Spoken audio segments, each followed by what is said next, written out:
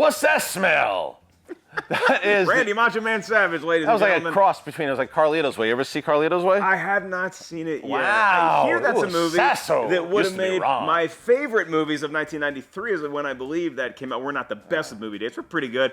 Christian, this is a list where you make whatever noises you want. You make whatever you need to vent. All of your grievances of the year are going to be aired in this video. The top 10 worst films of 2016. These are, as you would say, the piss bombs, the stink piles, the farts. These are the ones that we could not stand watching, and we do not like them, but at least they give us an excuse to make this fit. This is a bad year for movies sometimes when it came to a lot of these. Well, good movies if you're a bad movie because you're going to be mentioned in this video.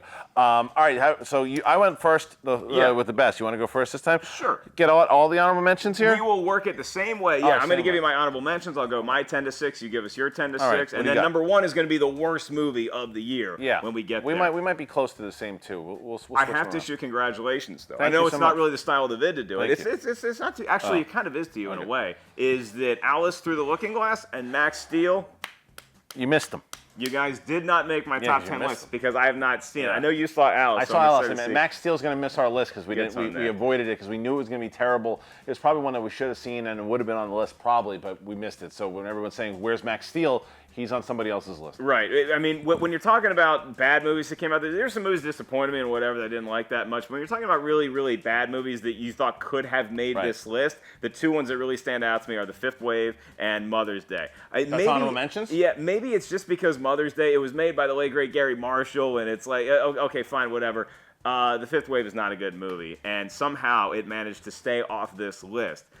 But when we get to number 10, the movie that did not manage to stay off the list, it's so stupid. It's something that should be right up both of our alleys, and it has a star that is great at making action movies, but this franchise, this Jack Reacher franchise. Oh, wow, number 10. Just number 10. Wow. Jack Reacher, number 2. Okay. It's got a great opening scene, and from there it just goes in the toilet. It's so unbelievably stupid, dumb, ridiculous. Kobe Smulders does what she can. Tom Cruise is just walking around preening. It's not what I wanted to see. From the trailers that they told me, we should have suspected from the first movie being bad. I think Jack Reacher 2 is even worse. Number 10. It sucks. Wow, I'm shocked that it made the list. And at number 9 is going to be a movie that I'm prepared for the hate for. I'm prepared for the hate for because it's a movie Rogue One? I know a lot of people liked, and it's a movie that I know you were very excited to see, although I think it left you a little cold.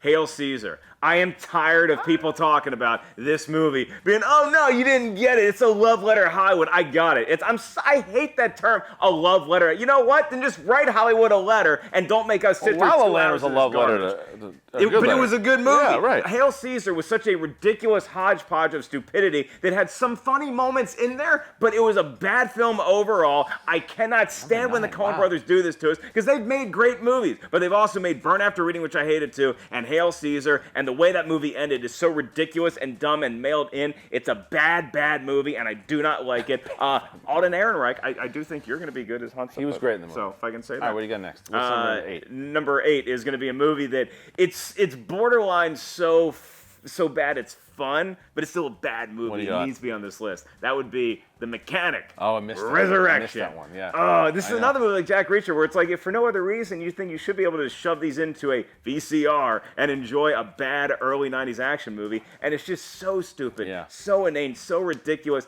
It is such, in the way that I thought Tom Cruise was preening too much in Jack Reacher too, this is Jason Statham being like, I'm an action star, man, I could do with Jessica Alba. Yeah, it's believable. It's not a good film at all, and it just feels like an ego stroke for Jason Statham, and I'm glad nobody else saw it because I had to sit through it, and you really shouldn't waste your time. 7!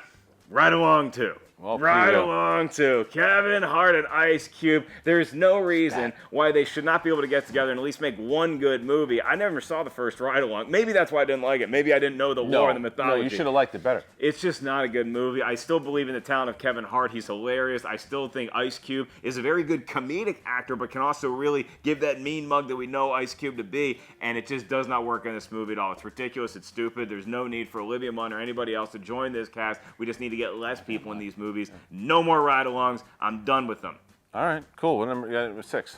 Gods of Egypt. Whew, boy, this movie is horrible, despite what the director will say on Facebook, talking about, oh, critics, but anybody who watches this movie knows it's not a good movie. It's dumb, horrific. The effects are terrible. It is a stupid movie. And I hate when things cherry-pick mythology and try to make you feel like it's this big, sweeping epic. As you're a fan of saying, we have not gotten a good Swords and Sandals film in a while, and this thing just digs it even deeper. There's a lot on. We have a very similar. There's a lot of things in there that are similar. Oh yeah. Yeah. Well, you had the only one. You're 10 and 9 though, where I don't disagree with you that they're bad movies. Right. I just think that there are a lot worse movies out there. There might be, and you know what? Maybe this is the year that I got to dodge some landmines. Jack Reacher 2. Jack Reacher 2. Both. I don't disagree. I'm not going to argue. You're a huge fan of Jack Reacher 2. I didn't hate it as much as you did. Caesar. I didn't actually. You walked out singing a song. I did not, but I will mention some of my dishonorable mentions here as we start to get to my top 10. What you got? All right. So Morgan was a movie that it just was not good. It again won't make the top 10 list because it's a bad movie, just not great. Blair Witch, sorry buddy, didn't like it. Thought the ending was really dumb and didn't work out the way it should have. Girl in a Train, another one, which is a movie that could put that on my honorable mention too. Yeah, could have been a lot better. Jack Reacher 2 could have been a lot better. Could have been a lot better. Dishonorable mention for me is also Jack Reacher 2. Bad Santa 2 is a dishonorable mention for sure. London Has Fallen. Didn't turn out that great. It was better than Mechanic Resurrection. Yeah, Dirty Grandpa. I didn't see it, but it deserves to be there. Neither did I, but I saw that and I was like, if I had seen it. It had to deserve to be there. Hail Caesar is also on my list, and it was on my most anticipated list to show you anything. Just not really dumb. Yeah, I had Transcendence on my most anticipated one year. How to Be Single is a movie that is really tough to watch. Brother Grimsby was an awful movie, but I laughed a couple times through it, so I couldn't put it in my top 10. Divergent is please stop making these, and I think they're going to make it into an Amazon series now because no one wants to see them anymore. The Boss got me angry watching it in the theater. Money Monster became stupid after a while. Tarzan, I couldn't stand it. Ghostbusters, yuck. Alice in Wonderland 2 almost made it. Oh, come on! It almost made it. It did make it. Almost made it. Suicide Squad was 1 to 2. I'll give you. I won't follow you. Just wasn't as much fun as I wanted to be. And it was a music video, and watch him get angry in this one. And dishonorable mention: Free State of Jones. What a snooze fest. All right, here we go with my 10 through 6. Coming in at 10, so the one that you had on the list, and that's Ride Along 2. Dreadful. Please stop making these. Nobody wants to watch them anymore. There's a reason it came out in January. Stop. No. I'm tired of hearing that too. There's good movies that can come out in January. Not this one. This is a movie that needs to ride along and die because it is just terrible. It's like I love Ice Cube. I think he's really good at comedy, and Kevin Hart to me is a guy that I can watch, and when he hits the right moments, he hits them. But this is it's like nails on a chalkboard. It just starts to get so grating. It's a really bad movie. Number 9, Gods of Egypt. Because of this guy making these comments and how critics were so bad and didn't get it, I went out and saw this thing, and I felt like someone was hitting me in the face with a bar of soap repeatedly and just smashing my face into the ground and stomping on the back of my head as I watched this dribble. Because that's all it is. It is just whitewashed nonsense, and it is just, and besides this, the special effects. I mean, it makes Max Steel look like Rogue One. It is so stupid, and I didn't even see Max Steel. I can tell you how bad that movie is. But this movie is just—it's an insult to humanity. Then number 8, you left it off the list. I Can't Do It. The Fifth Wave. This is one of another young adult movie, just throwing the young adult genre right into the grave and just burying it next to all the Twilight franchise and all the other stupid movies like The Host and everything else too. It shows that no one cares about these movies, and Chloe Grace Moretz is sleepwalking through this thing. It is. I can tell you it's about aliens and that the fifth wave, and that's all I can tell you. I didn't fall asleep, but I might as well have because I can't remember a damn thing about this stupid movie. It sucks. All right, number 7 would be The Huntsman. This movie is a boring mess. It made Emily Blunt look like Pauly Shore. That's how bad this movie is. Like, it is. Like, Emily Blunt has no idea what she's doing in this movie. The story has no idea what this movie. Chris Hemsworth is just like, give me a check and let me get the hell out of here. I was missing Kristen Stewart. That's how bad this movie was. It is not good. It is a movie that they should have just left alone. No one was calling for a sequel, and no one wanted to see a sequel, and the box office proved it. It just, you thought, well, maybe they're going to kind of put some energy into this thing with talents like Charlize Theron coming back and Emily Blunt, and now Hemsworth, and it's Jessica Chastain was in there. Right, exactly, and I forgot that she was in it. It is predictable shit, is what it is. It's predictable shit, and it's a movie. Yeah, it stinks. It stinks, and it has no business being anywhere near anything. Sorry you had to endure it. Number 6, another movie I had to endure. My Lord, help us when it comes to video game movies, because Assassin's Creed. I haven't seen it yet, and it seems like I'm never going to see it. You just don't need to. It's a loud movie. There's a stupid scene with Fassbender, and he's singing "I'm crazy," and it's like, I'm crazy that I thought this movie was gonna be good, because they spent too much time in modern times. They didn't know what it was gonna be. They went away from what made the video game cool. It could have been great. I mean, the movie could have been great because there are things in there. Fassbender's okay. I mean, he's really, that's not fair. Fassbender is really good. He really is. I mean, there's just stuff inside of this movie. I'm like, well, why can't he do more of that? And then Marion Cotillard, the chemistry was kind of there, but not really, because they weren't used in the right capacity. And the storyline of how it all mixed together, it was a big, loud, sloppy turd. Okay, so I look at your 6 through 10, and I see a common theme, which is some really good casting. Yeah. Just in bad movies. Do you think that they're all bad for the same reason? No, I mean, it's different reasons. I mean, like I said, right along too. I mean, is it all story based? Because Gods of Egypt is a terrible story, but also really bad effects. Yeah, too. and you have great actors in that movie too. It's just it's the way that miscast. It's the way that things are kind of transferred on the screen. It's and a lot of these movies weren't transferred right. And with comedies, if the vibe isn't there and the laughs aren't there, it just doesn't work overall. But Assassin's Creed had a potential to be great. Yeah. And it just wasn't. It was just a mess. I think it's loud. fair to put, if you didn't loud. like Ride Along 2, there's some people that can get chuckles at comedies, and it's very subjective. So it's fair to put that at 10, and then put these movies that really just are poorly made films above that. An honorable mention I forgot also was Ninja Turtles. That movie sucks. Oh, you just had to crap on the Turtles, didn't you?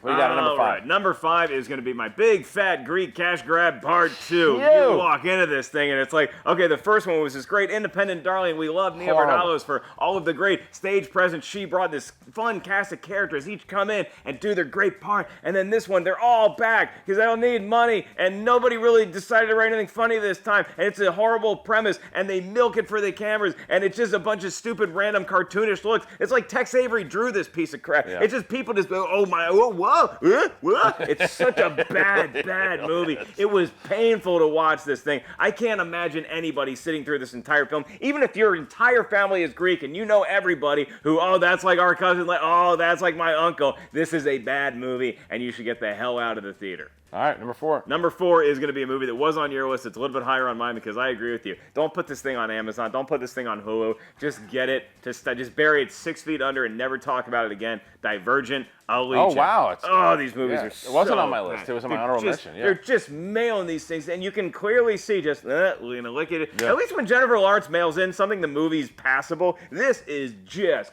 garbage. It is one of the worst movies of the year for a good reason. Wow, okay, number 3. I'm assuming we're going to have a very similar top 3. We're going to have a very similar top 3. You already shot your wad with my number 3. Oh, okay, what you got? Huntsman, Winter's War. So what's missing? Oh my God, this movie something's is missing? so bad. This movie is just atrocious from start to finish. Why make this? Who was asking for this? I like the Snow White and the Huntsman movie, but who watched that movie and was like, I need to see more in this world? But then you tell me we're going to trade Kristen Stewart, and in return, we're going to get Jessica Chastain and Emily Blunt. That's a Herschel Walker level trade where we get a bunch of great prospects, and the movie just blows. It's terrible. I hated watching it. All right, then what do you got at 2? Number 2 was Zoolander 2. Okay. Zoolander 2. I'm shocked that one of these movies that I have on my list, my top 3, is not on your list. Maybe I didn't see it. Maybe I just felt differently. You did see it with me. What's weird is that maybe 2 people can have different opinions. I know you hated this movie. You forgot about this movie. What movie? Ben-Hur.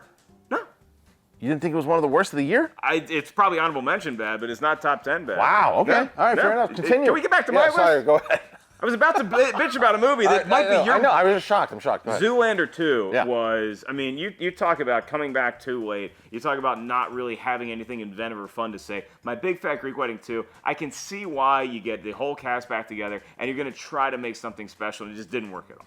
Zoolander 2 was another level of not only are we in a theater wanting to laugh, it was such a thud in the crowd. The only person laughing was me forcing it for the first 10 minutes, and this movie is so bad, it makes me not like Zoolander as much. It is that poor of a film, of a sequel. It's just so not funny. Comedy subjective, maybe some people liked it. The only thing redeemable, the only thing keeping off this number one for me was Sting has a funny cameo in it. Oh, spoiler alert. Yeah, he's got a cameo in it. The only reason to watch the movie. All right, well, there you go. There's your top 5 through 2. All right, now number 5, with the same number 5, Greek Fat Wedding 2. Big Fat Greek Wedding 2. This movie sucks. And any other year, this shit piece is my number 1. But it is, there's just so many bad movies that they replace this thing. It's horrible. I think it's an insult to people in general, because it's like when this movie, the first one, when you watch it, was a sweet movie. It had moments of, we're playing off the Greek culture here, but there's elements of this family. This is just cliched and stereotypical bullshit. It is so bad. And you're watching it, like you said, with all the mugging and there's a Windex over and over, just beating you over the head. There's a reason no one saw it again, because no one cared anymore. The first one was a hit. It was this kind of, it was an anomaly of how it made as much as it did. Independent darling. But you're not going to do that a second time around, especially when all the tricks have been done and no one cares about these characters anymore, because that's all they are. They're just characters. They're not real. They don't feel real at all inside of these things. And I know, well, every character in a movie is a character. What I'm talking about is it felt like a character. It felt like a cartoon. It didn't feel like I was watching. When I'm watching a movie, I want to feel like I'm watching real people, and it didn't feel like that. It felt like piss. Good day, sir. All right, number 4. Where was this on your list? Mother's Day. I can't believe that it didn't make your top 10. It is the late great Gary Marshall. This was his last movie, and it sucks that it was, because this movie was really terrible. They paid Julia Roberts so much money to show up and do this movie. She has no idea what she's doing in the movie. No one has any idea what the movie. There's one story that could have been okay with Jennifer Aniston and Sudeikis, and that's where it should have stayed. The whole movie should have just been about them, because the interweaving and the trying to do what they did with Valentine's Day and New Year's Eve, it just didn't work. Which were not great movies to begin with. No, but this movie is really hard to watch. It is bad. I mean, a definition of a bad movie. It's this one. The comedy's not working. It was made for. It's like Gary Marshall just wanted to make a movie for all of his friends, and that's all they did. And it was a movie that they'd love to watch together, but no one else wanted to watch it. Number 3, I have no idea how this didn't make your list. Ben-Hur. It is such a atrocity. It is so bad. Atrocity, really? It is so bad. And when you have actors like Jack Houston and Toby Kebbell, thank God he was in A Monster Calls, because the guy he's such a great actor, and he can't find himself into a good movie. And finally, with the other one, Monster Calls, he was, but this movie, Ben-Hur, was not it. It is just, it is so laughable and boring and silly. And the ending, even though, yes, it was an ending in the original, but the way it's done, it's so shtick. It's a movie that you just want to go and tell everyone, did you know what I had to go through? I just watched this shitbox called Ben-Hur, and why would you make this movie? It's a classic, remake this classic, if you're not going to make the best movie possible. That's the thing. When people go, oh, you shouldn't touch this. You can touch a movie if you have greatness involved in it, and you're going to top the original. There's no way they looked at this thing and said, this is going to top the original. Don't make it. Leave it alone. They should have left it alone. You should have left it alone and never see it, ever. All right, now this is the remaining amount of suspense, I think, in this vid, is what is your number 1 versus what is your number 2. Yep. Do we have the same number 1? No, we flip-flop, because my number 2 is Independence Day. Independence Day Resurgence is a movie, for me, that I was actually excited. Go back and watch any movie talks where we talked about this. Go back and watch anything that we talked about it here. I think we did trailer reactions. I don't remember. Yeah. But this was a movie that I was like, you know what? We're just going to be able to slam down some popcorn. It'll be fun. Get back to the aliens and find out what happened. And by the end of it, and when they tease a third one, I was like, don't you dare. Don't you dare make a third one. It is so horrible to watch this movie all the way through, because there's no going again with characters you don't care about. They didn't focus on the main characters we fell in love with in the first place. And when they did show them, I'm not really sure kind of why I'm here, but he didn't know. Another guy didn't know he was in the movie. Bill Pullman, they made him some crazy hobo running around. It's like, let him be the lead guy. They turned him into modern day Randy Quaid. It was so stupid. It just, they didn't know what Roland Emmerich can't make movies. He's right up to him, and Michael Bay should just go away and never make movies ever again. The difference is that Michael Bay makes money. 13 hours. That's a good point. That's a good point. Mike, that's a good point. You know what? We'll take Michael Bay out of the equation. I'll throw you Bowl in there. Better? All right. I mean, yeah. I mean, no. I don't. But you yeah, understand the yeah, point. yeah. You won me over. And again, you can say what you want about Pain and Gain. It was a better made movie than anything that Roland Emmerich can do. So yeah, the movie sucks. It's horrible. It's atrocious. No more. It never has to hurt you again. I think my biggest question here is with Ben-Hur. I agree with every point you made about the movie. So that bad. it wrapped up in a very hokey and it beating you over the head kind of way, but there were moments in Ben-Hur for the first hour of that movie. I was pretty locked into it. I thought the story of the brothers, that Jack Houston and Toby Kebbell, their relationship. I thought that the classic rowing scene was a very harrowing journey. But once I hate to say this, but once Morgan Freeman shows up with his ridiculous dreadlocks, that's when the movie started to. But that's the turn. thing. So so imagine someone building something really nice, and they build this beautiful thing, and then someone just comes and smashes it with a hammer. The kid at the beach ruining your sandcastle. Takes a dump on it, puts it in the trash, and then dumps all the trash all over the floor.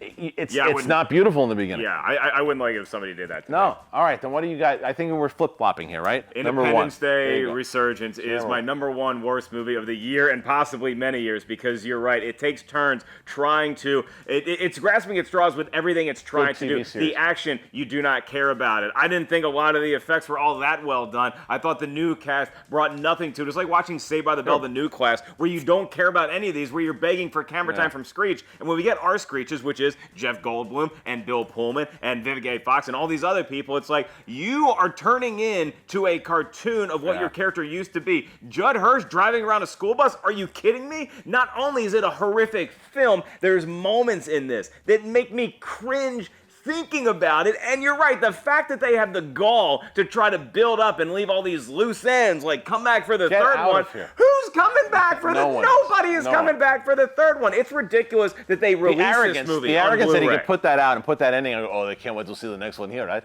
It's so bad. Yeah, I'm just happy to say that unlike Zoolander 2, this one didn't ruin the first Independence Day for me. I think that's more of what comedies can do versus what an action sci-fi kind of movie can do, but it is clearly the worst film of the year, according to me, but you might have a different one. #1, you remember that scene in Silence in the very beginning with the priest when they get burned by the water? That's how I felt watching Zoolander 2. It is a movie. I mean, that's not good. It is a movie that I didn't like the first one. Yeah. So everyone's like, oh, I'm telling you. Zoolander 1, it's a movie you got to watch already. And I tried before I saw Zoolander 2, and I couldn't do it. I was telling you. So going in to the second one, and I will never forget this. I was watching this, and I think we were 5 or 10 minutes in, and I did this. And but his face this time. But you looked at me this time, and you went. Because by that point I had stopped giving it its courtesy laughs. It was so bad. It was. I mean, this movie. You talk about Ben Stiller, who was in. How do you write this movie? Your comedy card is gone, buddy. It's gone. It's gone. Because you can't look at this movie and be a respectable comedian and say, oh yeah, they'll get this. It doesn't work anymore. In 2000, whenever they made this movie the first time, that was the culture, and it kind of worked in the spoofs. Even though I didn't like it, I understood why it was made. And this is 16 years later. Who the fuck was calling for Zoolander 2? Who was selling telegrams going, it's time to see Zoolander 2? No one! No one cared! No one wanted to see this. And those stupid faces? Come on! No one cares about this movie. It's a reason it ain't a pile of shit. And everyone, whether you were a fan or not, came out like someone just kicked you in the balls 75 times with a steel boot. It was horrendous. It was so bad. I'm not going to permanently revoke anybody's comedy card, but if you gone. can get there, I will tell you that if anybody was selling a telegram, that's what I mean. How old do you have to be to think that this is going to be good humor that people are going to get? I figure this will be the one to do it, Jim. Send the pigeons. It's so stupid. This is a shit movie, and I'm glad it's out of my life. I'm happy. I feel better. Good. After venting about it. It did feel nice. It was like a nice massage. So we got all this crap out of there because now you got 2017 and January's right around the corner, my friend. We could have some good movies in January. There's some things that look good. Speaking of that, we're going to be doing our most anticipated list, so make sure you check that out. That's right around the corner. And there is a Schmoedown shirt That, amongst others, is available on our store. You go in the link in the description, go check it out. There's a lot of different ones. You got a cool baby carrot sweatshirt. I got a great baby carrot sweatshirt waiting for me right over there. Thank you guys so much for joining us. Thank you guys for a great 2016. Maybe not with these movies we're talking about, but we had so much fun in this year where we got to launch Phase 6. We got to come over here, have our studio at Collider Studios. There's a lot of great things for the Schmoes. That's all because of you guys supporting our channel the way you guys do. Thank you guys so much, and we look forward to not talking about these movies ever again, but seeing you guys in 2017. Bye-bye. There's our channel, and there's other things right over there. You like that, Mark? I do, Christian. Good.